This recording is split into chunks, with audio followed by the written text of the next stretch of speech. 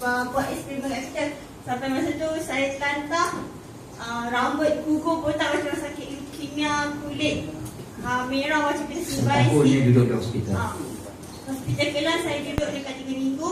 Dan saya my dad, ayah minta tukar dengan doktor pakar, minta tukar ke Johor. So duduk dekat hospital muat ada dalam sebulan. So saya ditendang ke hospital Johor baru sampai dekat setahun lah.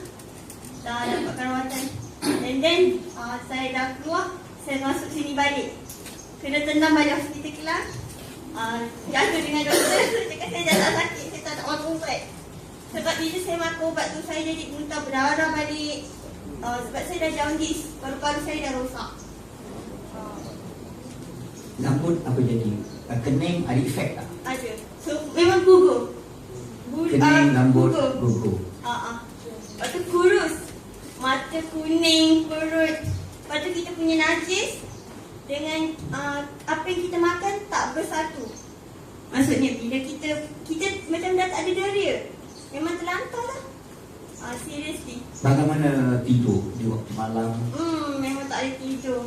Kerap peluh. Betul, susah nak tidur. Bila kita susah nak tidur, tak selesa waktu malam, ya, batuk-batuk. Ya, betul. So bila efek dia, bila jangka masa panjang ni, doktor kata saya ada asma pula. So penyakit tu macam step by step pergi.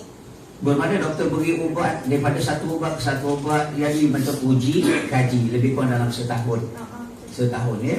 Okey, mula-mula duduk datang sini saya tengok kaki pun saya banyak, ya.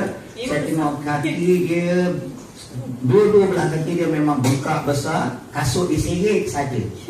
Dia tak boleh sarung, belilah kasut macam apa? Jangan cakap macam orang cacat, ya. Saya kesian saya tengok diseret begini jalan dia. So saya tak ada senang-senang saya pegang kaki minta izin, saya astaghfirullah, kenapa dah jadi mana buat pinggang kidney problem dia cukup dah sini dah sekarang. Okey. Lepas dia dah buat 4 hari, apa komen suami? Ada apa-apa dah dia cakap? Dia kata nampak susut. Lepas tu pergerakan saya tak terbantu. Okay. Lepas tu saya cakap saya kencing lebih banyak daripada sebelum saya datang sini. Maknanya selama saya dapat sakit ni, saya punya kencing tu keruh. Okay. Dan sekarang ni dia dah banyak tapi tak keruh macam sebelum ni. Tidur, kalau ikutkan tidur ni selama hari ni, saya kena tidur mengirim belah kiri je. Sebab saya rasa belakang saya dah mati. Tak boleh nafas. Okay. Memang terdengar-dengar. Even setiap minggu, satu minggu, dekat 3-4 kali saya kena pergi klinik untuk ambil gas. Sebab pam tak membantu. Saya kena pergi klinik ambil gas, ambil ubat lelah. Lepas tu bila saya datang sini, dalam masa start yang minggu lepas, atau seminggu 5 hari ni, saya tak pergi klinik pun lagi. Tak ada dapat. Lepas tu saya boleh tidur terlentang, saya boleh tidur mulai belakang.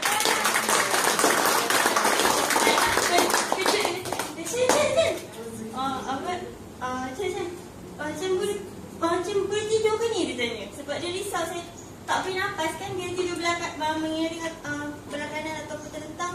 So dia takut. Dia cakap boleh tidur ke? Tidur lagi cakap kan. Lepas tu tidur malam lebih comfortable lah daripada sebelumnya. Saya memang tak boleh tidur. Saya harapkan waktu siang saya dia tidur. So relax. Itulah perubahan, itulah dia kekesanan dapat dalam masa 4 hari. Alhamdulillah, teruskan pakai. Ya, teruskan pakai. Apa yang nak saya tengok, kalau boleh lagi banyak, lagi kesan, lagi bagus. Jadi saya cuba ikut nasihat Profesor. Dari segi pemakanan, saya kurangkan minyak. Saya cuba makan yang rebus-rebus macam orang pantang balik kan. Lepas tu yang bakar-bakar je. Lepas tu saya cuba kurangkan minyak sebab saya memang suka minum Nescafe. So saya dah stop minum kafe. Air manis pun saya cuba kurangkan. Daripada segelas saya cuba minumkan separuh dan cuba kurangkan susu pekat. Lepas tu lebihkan makan buah. Sekarang ni saya cuba kurangkan makan nasi. Okey, bagus. Yang pendek. Okey. Saya tak boleh makan dah. Terima kasih kepada